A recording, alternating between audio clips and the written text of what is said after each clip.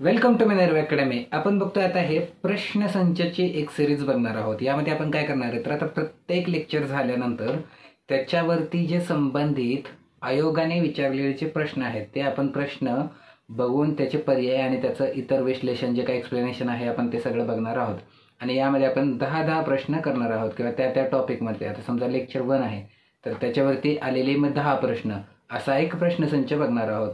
तर एका लेक्चरवरती बरेच प्रश्नसंच बनतील, पण जर समजा त्या लेक्चरवरती कमी प्रश्न आले असतील तर तो तसा कमी प्रश्नसंच बनेल. तर आता हे आहे लेक्चर 1 वरती जे आपलं ऐतिहासिक पार्श्वभूमी आहे, पण ते लेक्चर 1 मध्ये म्हणजे आपण लेक्चर 1 मध्ये 1919चा जो मॉन्टेग्यू चेम्सफोर्ड सुधारणा कायदा होता तोपर्यंत बघितलेला आहे. तर आता हे जे प्रश्न आहेत हे मॉन्टेग्यू चेम्सफोर्ड पर्यंत म्हणजे रेग्युलेटिंग ऍक्ट पासून मॉन्टेग्यू चेम्सफोर्ड कायद्यापर्यंत जे प्रश्न आलेले आहेत हा त्याचा प्रश्नसंच आहे, ज्यामध्ये आपण आता 10 प्रश्न साधारण एका प्रश्नसंचामध्ये बघणार. आता प्रश्नसंचाचे आकडे जरा थोडे कमी जास्त होऊ शकतील, पण 10 प्रश्न साधारण असतील आणि त्यामध्ये आता 10 प्रश्न आपण बघणार, त्याचे पर्याय आणि त्याचं सगळं स्पष्टीकरण वगैरे आपण बघणार आहोत. तर त्यामध्ये आता हे जे पहिला प्रश्नसंच आहे हा कशावरती आहे तर लेक्चर 1 वरती ऐतिहासिक पार्श्वभूमी. पण आपण ऐतिहासिक पार्श्वभूमीमध्ये रेग्युलेटिंग ऍक्ट ते मॉन्टेग्यू चेम्सफोर्ड सुधारणा कायद्यापर्यंतचे प्रश्न बघणार आहोत. तर आता यातला आपण बघू हा पहिला प्रश्न काय आहे तर कलकत्त्याला सुप्रीम कोर्टाची स्थापना डॅश डॅश कायद्याने करण्यात आली. आणि आपले पर्याय काय आहेत तर 1773चा रेग्युलेटिंग ऍक्ट, 1784चा पिट्स इंडिया ऍक्ट, त्यानंतर 1793चा सनदी कायदा आणि 1813चा सनदी कायदा. तर आपला प्रश्न काय आहे तर कलकत्त्याला सुप्रीम कोर्टाची स्थापना डॅश डॅश कायद्याने करण्यात आली. तर आता कलकत्त्याला जे सुप्रीम कोर्ट आहे ते आपलं कुठल्या कायद्याने बनलेलं आहे तर ते बनलेलं आहे रेग्युलेटिंग ऍक्ट 1773ने आपलं कलकत्त्याला सुप्रीम कोर्ट बनलेलं आहे. आता जे आजचं जे आपलं सुप्रीम कोर्ट आहे ते सुप्रीम कोर्ट आणि हे सुप्रीम कोर्ट वेगळं आहे. आजचं जे आपलं सुप्रीम कोर्ट आहे ते 1935च्या फेडरल कोर्टात त्याची पार्श्वभूमी जाते. हे कलकत्ता फक्त नाव सेम आहे एक सुप्रीम कोर्ट, पण हे वेगळं होतं आणि हे 1773च्या रेग्युलेटिंग ऍक्टने बनवलं होतं. आणि इलायजा इम्पे हा आपला पहिला सरन्यायाधीश होता जो सुप्रीम कोर्टाचा मुख्य न्यायाधीश होता, तो इलायजा इम्पे. आता हे आपलं उत्तर आहे. इतर पर्याय काय काय तर 1784चा पिट्स इंडिया ऍक्ट, हा 1784चा पिट्स इंडिया ऍक्ट. हे पिट्स नाव कशावरून आलेलं तर पिट्स नावाचा प्रधानमंत्री होते, त्यांनी ऍक्ट आणला म्हणून हे 1784चा पिट्स इंडिया ऍक्ट. त्यानंतर 1793 आणि 1813 हे 20-20 वर्षाने आलेले चार्टर ऍक्ट आहेत, सनदी कायदे आहेत. पण आपलं उत्तर काय आहे तर कलकत्त्याला सुप्रीम कोर्टाची स्थापना 1773च्या रेग्युलेटिंग ऍक्टने केलेली आहे. त्यामुळे आपलं उत्तर काय आलं पर्याय क्रमांक 1 आपलं उत्तर आलं. आता आपण बघू दुसरा प्रश्न हा काय आहे तर खालीलपैकी कोणत्या कायद्यानुसार कलकत्ता येथे सर्वोच्च न्यायालयाची स्थापना करण्यात आली तसेच भारतातील केंद्रीय प्रशासन व्यवस्थेची पायाभरणी झाली. आता हा पहिल्या प्रश्नासारखाच समान प्रश्न आहे की इथं पण आपल्याला काय विचारले तर कोणत्या कायद्यानुसार कलकत्ता येथे सर्वोच्च न्यायालयाची स्थापना झाली आणि भारतातील केंद्रीय प्रशासन व्यवस्थेची पायाभरणी झाली. तर आता हे पण आपल्याला लक्षात घ्यायचं आहे की भारताच्या केंद्रीय प्रशासन व्यवस्थेची पायाभरणी ही कुठल्या कायद्याने झालेली आहे, हे पण आपला प्रश्न आहे. म्हणजे हे प्रश्न जरी असेल तरी या प्रश्नातून पण आपल्याला ही माहिती मिळते की भारतातील केंद्रीय प्रशासन व्यवस्थेची पायाभरणी झाली. तर आपलं उत्तर काय आहे तर कलकत्ता येथे सर्वोच्च न्यायालयाची स्थापना कशाने झाली 1773च्या रेग्युलेटिंग ऍक्टने. आणि आता प्रश्नातूनच आपल्याला अजून एक माहिती मिळाली, भारतातील केंद्रीय प्रशासन व्यवस्थेची पायाभरणी झाली. आता केंद्रीय प्रशासन व्यवस्थेची पायाभरणी झाली असं का म्हणतात तर 1773च्या रेग्युलेटिंग ऍक्टने आपले 3 प्रांत होते, BBM प्रांत होते. यामध्ये 3 काय होते तर बॉम्बे, बंगाल, मद्रास. ह्या 3 प्रांतांना स्वतःचे वेगळे वेगळे गव्हर्नर असायचे. पण 1773ने काय केलं तर बंगालचा जो गव्हर्नर आहे त्याचा दर्जा बदलून काय केला तर तो गव्हर्नर जनरल केला. म्हणजे बंगालचा गव्हर्नर जनरल असा असेल आणि तो या इतर जे 2 प्रांत आहेत त्यांच्यापेक्षा सिनियर असेल, त्यांच्यापेक्षा जास्त अधिकार असेल. त्यामुळे आपण काय म्हणतो याला केंद्रीय प्रशासन व्यवस्था म्हणतो, कारण इथं एकाकडे जास्त अधिकार दिलेले आहे बंगालकडे. तर हे पण आपल्याला एक माहिती मिळाली यातून. मग आपलं उत्तर काय झालं तर कोणत्या कायद्यानुसार कलकत्त्याला सर्वोच्च न्यायालयाची स्थापना केली आणि भारतातील केंद्रीय प्रशासन व्यवस्थेची पायाभरणी केली तर 1773चा सनदी कायदा हे आपलं उत्तर झालं. त्यानंतर आता प्रश्न क्रमांक 3. प्रश्न क्रमांक 3 काय आहे तर ब्रिटिश ईस्ट इंडिया कंपनीची भारतातील व्यापारविषयक मक्तेदारी कोणत्या कायद्यान्वये संपुष्टात आली? आणि आपले पर्याय काय आहेत? 1793 सनदी कायदा, 1813 सनदी कायदा, 1773चा नियमनाचा कायदा आणि 1858चा भारतीय सुशासनाचा कायदा. आता आपला प्रश्न अजून एकदा जर आपण थोडा नीट वाचू की प्रश्न काय आपला तर ब्रिटिश ईस्ट इंडिया कंपनीची भारतातील व्यापारविषयक मक्तेदारी, याला काय म्हणतो आपण मोनोपॉली, कोणत्या कायद्याने संपुष्टात आली? आता पहिलं ही मोनोपॉली काय होती तर मोनोपॉली ही होती की आफ्रिका हे जे खंड आहे त्याच्या दक्षिणेला एक आहे, त्याला केप ऑफ गुड होप असं म्हणतात. तर या केप ऑफ गुड होपच्या पूर्वेकडे जे देश असतील त्या देशांशी व्यापार करण्याची मक्तेदारी ही ईस्ट इंडिया कंपनीला मिळाली होती. केप ऑफ गुड होपच्या पूर्वेला असलेल्या प्रदेशांशी फक्त ब्रिटनमधून फक्त ईस्ट इंडिया कंपनीच व्यापार करू शकेल, दुसरी कंपनी नाही, अशी ती मक्तेदारी होती. आता ही मक्तेदारी कधी मोडलेली आहे तर ही मक्तेदारी मोडलेली आहे, ही ॲक्च्युली 2 टप्प्यात मोडलेली आहे. तर 1813 साली चहा आणि चीन सोडून इतर जो सगळा व्यापार आहे तो इतर कंपन्यांना म्हणजे ब्रिटनमधील इतर कंपन्यांना पण खुला केला होता आणि याला आपण काय म्हणतो की मक्तेदारी मोडीत निघालेली आहे. चहा आणि चीन याच्याबरोबरचा व्यापार सोडून इतर सगळा व्यापार सगळ्या बाकीच्या कंपन्यांना खुला केला होता. त्यामुळे ही मोनोपॉली तुटली, ही कंपनीची एकाधिकारशाही मोडीत निघालेली आहे 1813ला. आणि त्याच्यानंतर पुढचा 1833ला जो कायदा आला त्याच्यामध्ये हे चहा आणि चीनची पण मक्तेदारी मोडीत निघाली होती. पण मक्तेदारी मोडीत निघण्याचा अर्थ काय तर बाकीच्या कंपन्यांना पण ते खुला झालं होतं. ते कधी झालं होतं? 1813च्या सनदी कायद्यामुळे. त्यामुळं ईस्ट इंडिया कंपनीची भारतातील व्यापारविषयक मक्तेदारी कोणत्या कायद्याने संपुष्टात आली तर ती आलेली आहे 1813 पासून. आता इथे एक पर्याय हा पण आहे की 1858चा भारतीय सुशासनाचा कायदा. या कायद्याने भारतातील ईस्ट इंडिया कंपनी बरखास्त झाली होती. भारतातील प्रशासन हे ईस्ट इंडिया कंपनीचं बरखास्त झालं होतं आणि पार्लमेंटने थेट हातात कारभार घेतला होता. पण आपल्याला प्रश्न काय आहे की व्यापारविषयक मक्तेदारी कोणत्या कायद्याने संपुष्टात आली? तर त्याचं उत्तर काय आहे तर 1813चा सनदी कायदा. हा झाला प्रश्न क्रमांक 3. आता आपण बघू प्रश्न क्रमांक 4. आता प्रश्न क्रमांक 4 आपला काय आहे तर प्रश्न क्रमांक 4 आहे सुरुवातीला त्यांच्या भारतात येण्यावर पुष्कळ निर्बंध घातले होते, परंतु ते सर्व 1813च्या चार्टर कायद्याने काढून टाकण्यात आले. इथून पुढे ते मोठ्या संख्येने भारतात येऊ लागले व समाजाचा भाग बनून गेले. ते कोण होते? हा आपला प्रश्न आहे. आपल्याला प्रश्न जरा मोठा आहे आणि आपले उत्तर काय आहे? अरबी व्यापारी, फ्रेंच व्यापारी, इंग्लिश ख्रिश्चन मिशनरी आणि अमेरिकन ख्रिश्चन मिशनरी. आता आपला प्रश्न जरा थोडासा मोठा आहे त्यामुळे आपण पुन्हा एकदा नीट वाचतो की सुरुवातीला त्यांच्या भारतात येण्यावरती पुष्कळ निर्बंध घातले होते, परंतु ते सर्व 1813च्या चार्टर कायद्याने काढून टाकण्यात आले. इथं आपला एक खूप मोठा क्ल्यू आहे की 1813च्या चार्टर ॲक्टने कोणाचे निर्बंध काढून टाकण्यात आले होते.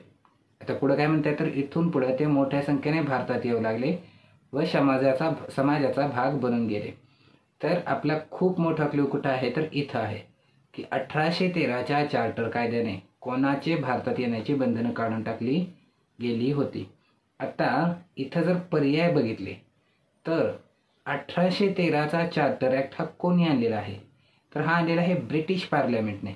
आता ब्रिटिश पार्लमेंट हे बाकीच्या लोकांच्या येण्यावरती बंधनं घालू शकते का तर ती बंधनं घालू शकणार नाही. मग ते बंधनं घातली तर मग युद्ध पण होऊ शकते. त्यामुळे अरबी व्यापाऱ्यांच्या भारतात येण्यावरती बंदी नाही घातली जाऊ शकत ब्रिटिशांकडून.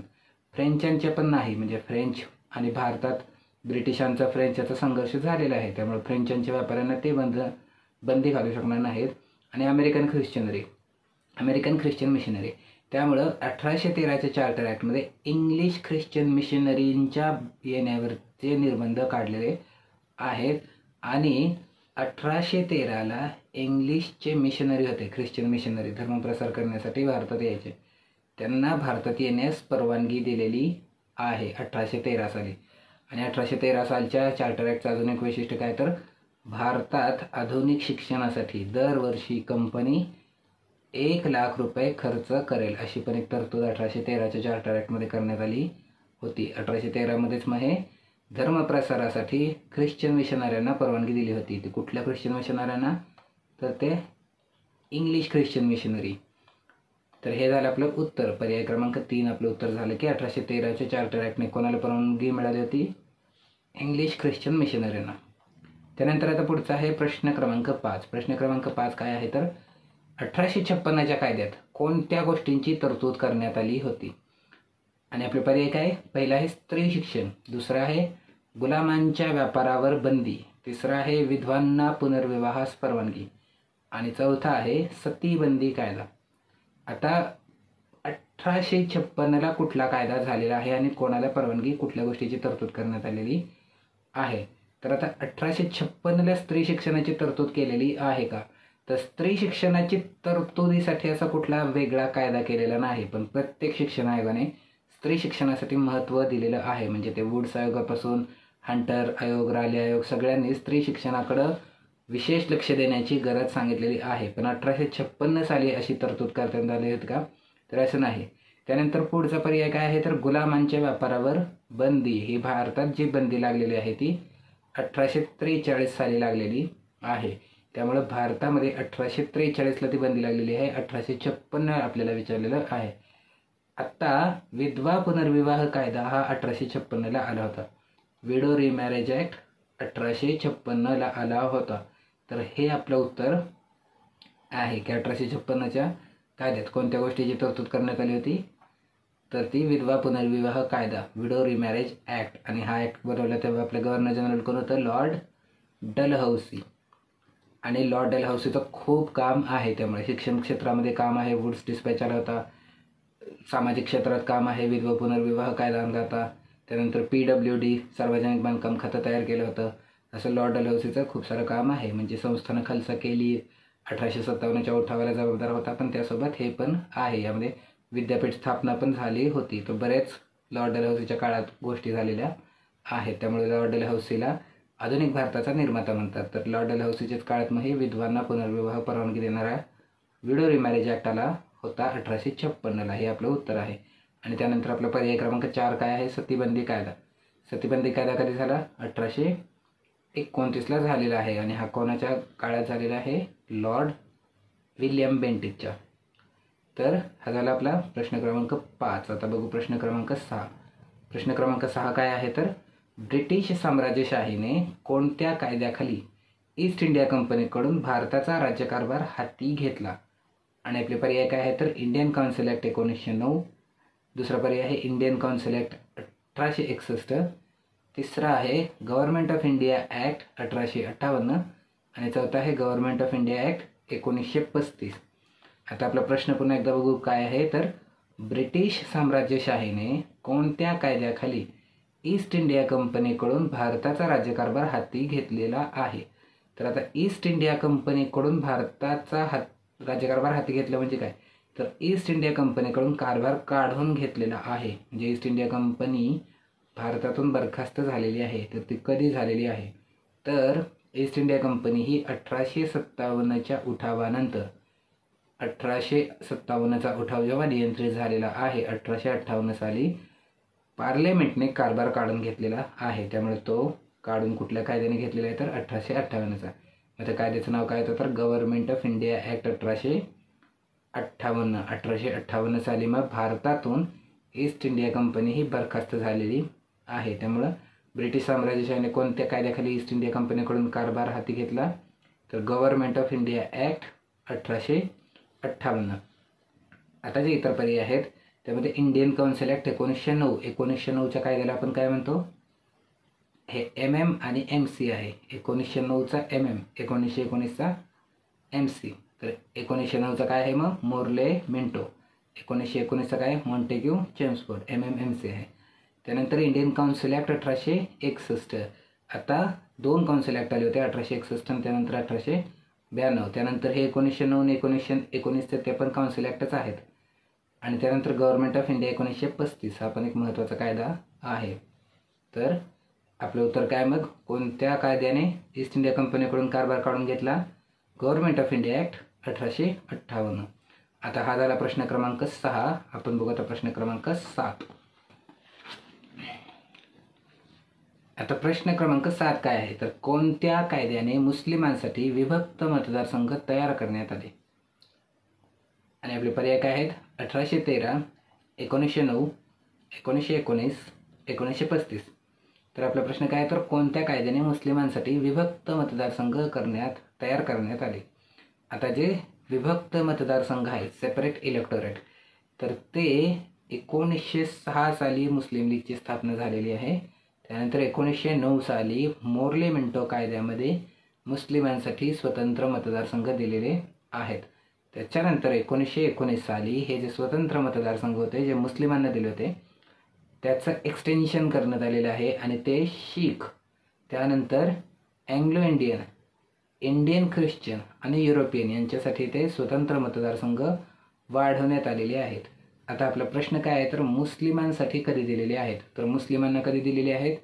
तर 1909च्या मोर्ले मिंटो कायद्यामध्ये. त्यामुळे आपलं उत्तर काय आहे, तर कोणत्या कायद्याने मुस्लिमांसाठी विभक्त मतदारसंघ तयार करण्यात आले? 1909च्या मोर्ले मिंटो कायद्यामध्ये मुस्लिमांसाठी विभक्त मतदारसंघ तयार करण्यात आले.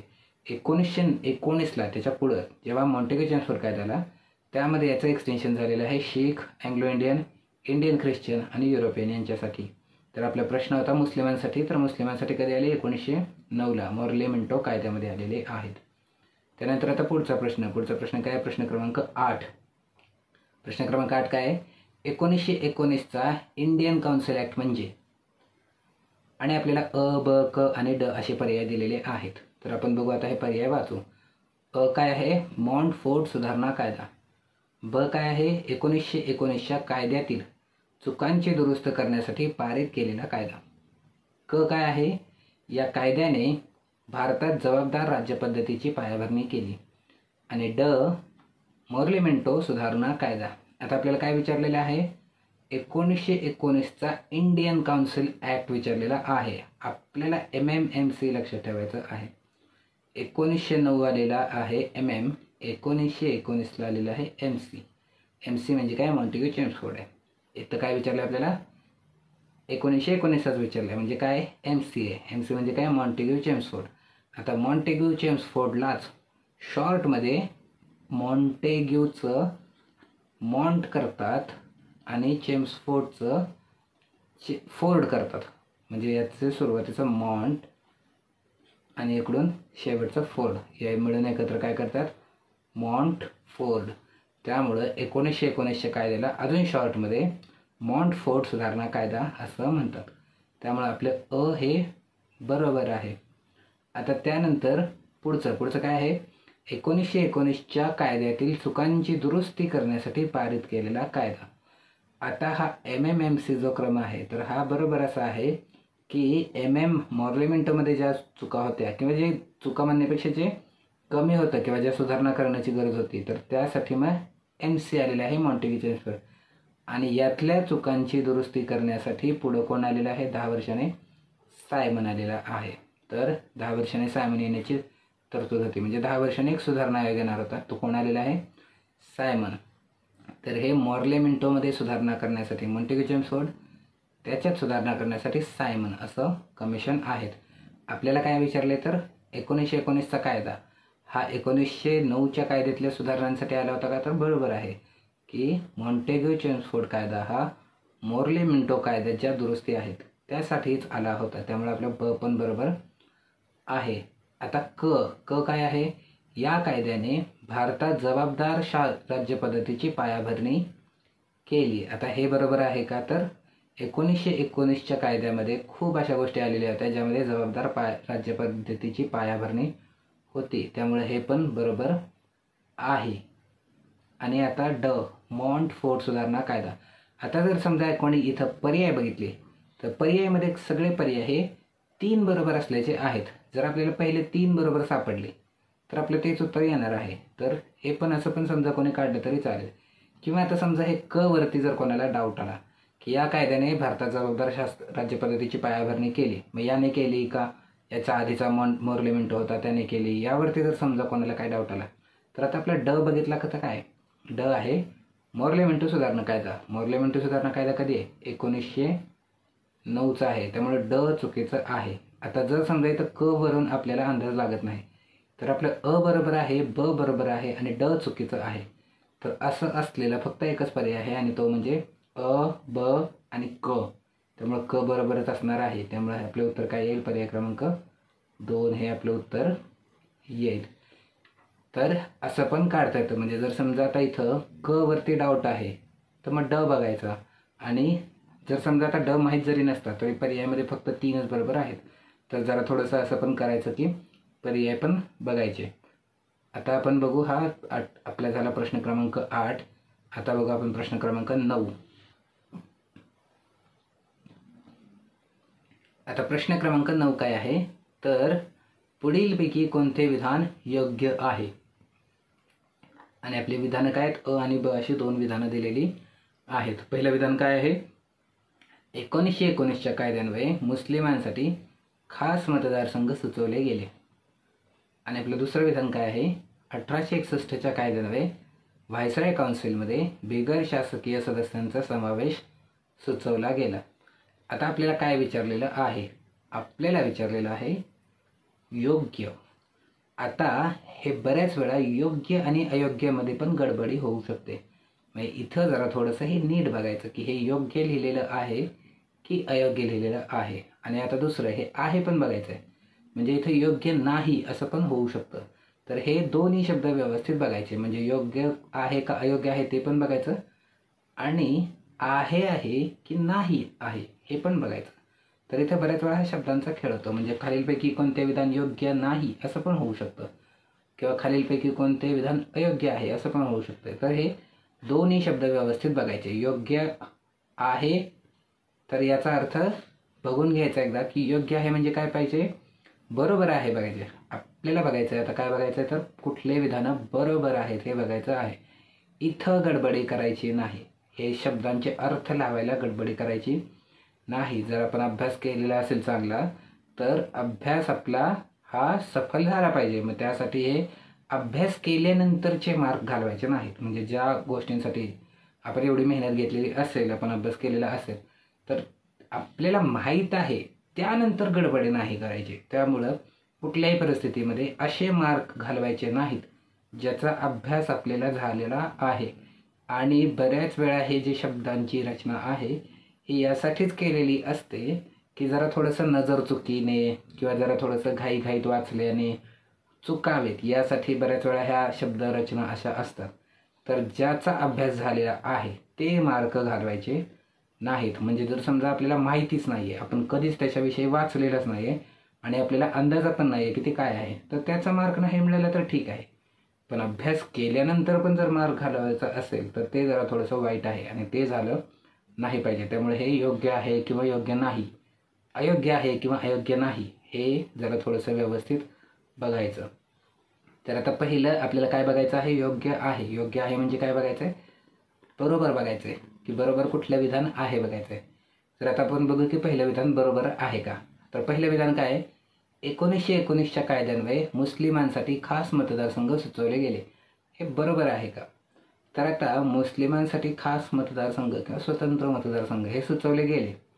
पण ते कधी सुचवले गेले? तर ते सुचवले गेले होते 1909च्या कायद्यामध्ये, मॉर्ले मिंटो सुधारणा कायद्यामध्ये. आपल्याला पर्याय काय दिले? 1919 दिलेलं आहे. तर मग हे बरोबर आहे का? तर हे बरोबर नाही आहे. आता आपण बघू की दुसरं बरोबर आहे का. दुसरं काय आहे? 1861च्या कायद्यान्वये व्हायसरॉयच्या काउन्सिलमध्ये बिगर शासकीय सदस्यांचा समावेश सुचवला गेला. आता हे बरोबर आहे का? तर व्हायसरॉय काउन्सिल आहे त्यामध्ये हे बिगर शासकीय किंवा ज्याला शब्द काय नॉन ऑफिशियल. तर व्हायसरॉयच्या काउन्सिलमध्ये नॉन ऑफिशियल मेंबर्स आहेत ते 1861च्या कायद्याने त्यांचा समावेश झालेला आहे. त्यामुळे हे विधान बरोबर आहे. आता आपल्याला काय पाहिजे? बरोबर पाहिजे. कुठलं बरोबर सापडलं आपल्याला? ब बरोबर सापडलेलं आहे. फक्त ब बरोबर सापडलेलं आहे. त्यामुळे आपलं उत्तर काय येईल? केवळ ब हे बरोबर येईल. आणि आता आपण बघू प्रश्न क्रमांक 10. प्रश्न क्रमांक 10 काय आहे? तर खालीलपैकी कोणती जोडी चुकीची आहे? आता आपल्याला काय विचारले? चुकीची विचारलेली आहे आणि चुकीची आहे असं विचारले. म्हणजे आपल्याला कुठलं चुकीचं आहे बघायचं. तर आता पहिलं चुकीचं आहे का बघू आपण. मोर्ले मिंटो सुधारणा कायदा 1909. दुसरं बघू आपण की पहिल्या महायुद्धाची समाप्ती 1918. तिसरं काय आहे बंगालची फाळणी 1915. आणि चौथं काय आहे मॉन्टेगो चेम्सफोर्ड सुधारणा 1919. आपल्याला काय बघायचं आहे, कोण चुकीचं आहे बघायचं आहे. आता पहिलं चुकीचं आहे का, मोर्ले मिंटो सुधारणा कायदा 1909 हे चुकीचं आहे का, तर MMMC सिक्वेन्स आहे आपला. MMMC 1909 MM 1919 MC, तर मोर्ले मिंटो 1909. तर हे बरोबर आहे. आपल्याला काय पाहिजे, चुकीचं पाहिजे. हे बरोबर आहे, त्यामुळे हे आपलं उत्तर नाही आहे. आता आपण बघू की दुसरं काय आहे, पहिल्या महायुद्धाची समाप्ती. पहिल्या महायुद्धाची समाप्ती 1918ला झालेली आहे का, तर आता पहिलं महायुद्ध हे सुरू झालेलं आहे 1914ला.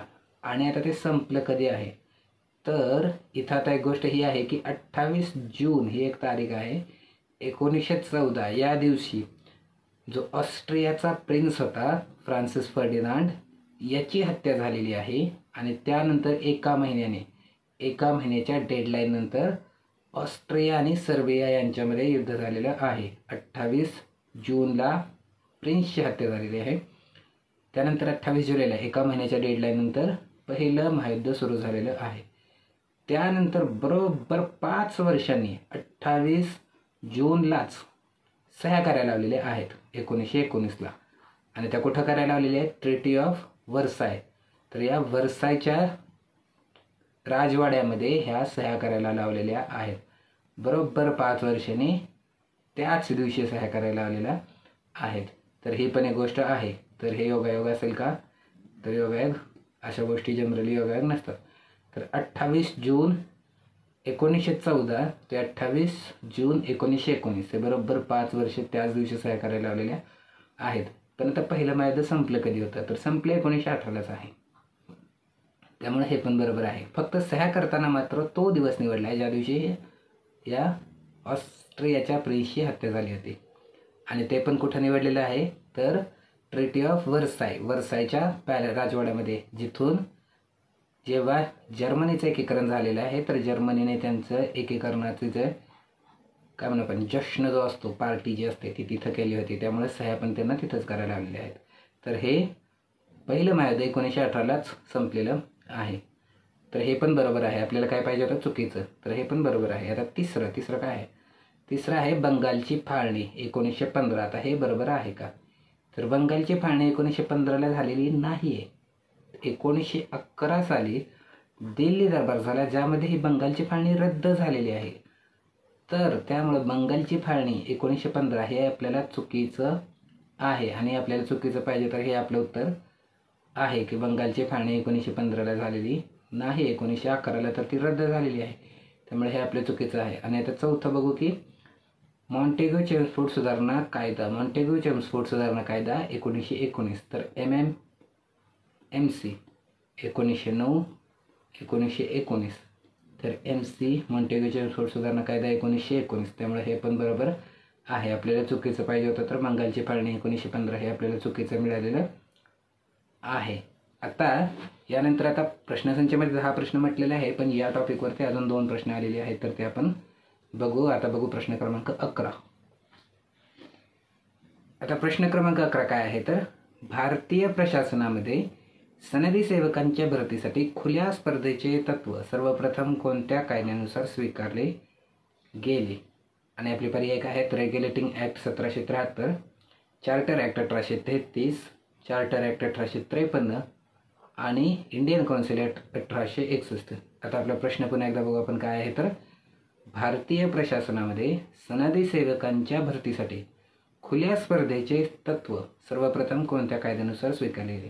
तर आता प्रशासनामध्ये जे सनदी सेवा आहेत त्यांची खुली स्पर्धा ही कधी ठेवलेली आहे, तर ही ठेवलेली आहे 1853च्या चार्टर ॲक्टने ही खुली स्पर्धा ठेवलेली आहे. 1853च्या चार्टर ॲक्टचं हे प्रमुख वैशिष्ट्य आहे की ही सनदी सेवकांची जी भरती होती त्यासाठी खुल्या स्पर्धेचं तत्व हे 1853च्या चार्टर ॲक्टचं वैशिष्ट्य आहे. त्यानंतर आता या प्रश्नसंचातला शेवटचा प्रश्न, प्रश्न क्रमांक 12. प्रश्न क्रमांक 12 काय आहे, तर खालीलपैकी कोणते बदल 1858च्या कायद्याने घडून आणले. आणि आपल्याला अ, ब, क आणि ड असे पर्याय आहेत. आणि आपल्याला आता बघू की पहिलं वाचू. बोर्ड ऑफ कंट्रोल आणि बोर्ड ऑफ डायरेक्टर या दुहेरी सत्तेचा शेवट. दुसरं काय आहे, संसदीय मंत्रिपदाची निर्मिती. तिसरं काय आहे, भारत मंडळाची स्थापना. आणि चौथं काय आहे, विधिविषयक कार्यासाठी गव्हर्नर जनरलच्या काउन्सिलचा विस्तार. आता आपला प्रश्न काय आहे, तर कोणते बदल 1858च्या कायद्याने घडून आले, म्हणजे आपल्याला 1858च्या तरतुदी पाहिजे आहेत. तर आता यातलं बघू की पहिलं बरोबर आहे का. तर पहिलं काय आहे, बोर्ड ऑफ कंट्रोल आणि बोर्ड ऑफ डायरेक्टर या दुहेरी सत्तेचा शेवट, हे बरोबर आहे का. तर आता हे बोर्ड ऑफ कंट्रोल आणि बोर्ड ऑफ डायरेक्टर कोणाचे होते, तर हे होते ईस्ट इंडिया कंपनीचे. तर हे बोर्ड ऑफ कंट्रोल हे 1784ला पिट्स ॲक्टने स्थापन केलं होतं. त्याचा उद्देश काय होता, तर बोर्ड ऑफ डायरेक्टर किंवा त्याला कोर्ट ऑफ डायरेक्टर असं पण म्हणतात, तर त्यावरती नियंत्रण ठेवणं. मग ही जी होती ही कशाची तरतूद होती, ईस्ट इंडिया कंपनीची. 1858च्या कायद्याने ईस्ट इंडिया कंपनीचा कारभार काढून घेतलेला आहे. त्यामुळे हे ईस्ट इंडियाचं जे काही प्रशासकीय सेटअप होता तो सगळा बरखास्त झालेला आहे. त्यामुळं हे board of control court of director हे संपलेलं आहे. त्यामुळे हे बरोबर आहे की 1858च्या कायद्याने ईस्ट इंडिया कंपनीशी संबंधित सगळ्या तरतुदी बरखास्त झाल्या. त्यामुळे हे board of control court of director शेवट झालेला आहे, हे बरोबर आहे. आता दुसरं, संसदीय मंत्रिपदाची निर्मिती. तर आपण याला काय म्हणतो, आता पोर्टफोलिओ सिस्टीम असं म्हणतो. एका खात्याचा एक मंत्री, हे मंत्रिपदाचे होते. हे 1858च्या कायद्याने घडवून आणलेला बदल आहे का, तर हो, पोर्टफोलिओ सिस्टीम 1858च्याच कायद्याने आणली होती. त्यामुळे हे पण बरोबर आहे. आता तिसरं, भारत मंडळाची स्थापना. आता जेव्हा हे गव्हर्नमेंट ऑफ इंडिया ॲक्ट 1858 आला होता, तेव्हा हे भारत मंत्रिपद एक तयार झालं होतं. आणि या मंत्र्याला सहकार्य करण्यासाठी 15 सदस्यांचं काउन्सिल होतं, त्याला काउन्सिल ऑफ इंडिया म्हणतात. तर हे भारत मंडळ हे ते होतं. त्यामुळे हे बरोबर आहे, 1858च्या कायद्याने भारत मंडळाची स्थापना झालेली आहे. आणि आता त्यानंतर चौथं काय आहे, विधिविषयक कार्यासाठी गव्हर्नर जनरल काउन्सिलचा विस्तार. तर हे झालेलं आहे का, तर हे पण झालेलं आहे. 1858ला गव्हर्नर जनरल काउन्सिलचा विस्तार झालेला आहे. तर हे पण बरोबर आहे. त्यामुळं आपला पर्याय काय होईल, तर पर्याय होईल की अ, ब, क आणि ड असं पर्याय क्रमांक 4 हे उत्तर होईल. आता पर्याय क्रमांक 4 काय आहे, विधिविषयक कार्यासाठी गव्हर्नर जनरलच्या काउन्सिलचा विस्तार. आता गव्हर्नर जनरल पद आहे हे 1858च्या कायद्यानंतर हे पद बरखास्त झालेलं आहे, व्हाईसरॉय पद आलेलं आहे. त्यामुळे त्या काउन्सिलचा विस्तार झाला का असं म्हणता येईल का, तर असं म्हणता येणार नाही. त्यामुळे ड हे पर्याय चुकीचा आहे. मग आपलं उत्तर काय होईल, तर अ, ब, क हे पर्याय बरोबर आहे. तर आपलं उत्तर काय होईल, मग पर्याय क्रमांक 1 हे आपलं उत्तर होईल. आणि आता हे 12 प्रश्न संपलेले आहेत आणि आपल्या लेक्चर 1 वरती हे 12 प्रश्न विचारलेले आहेत. तर हा प्रश्नसंच मग इथं संपला.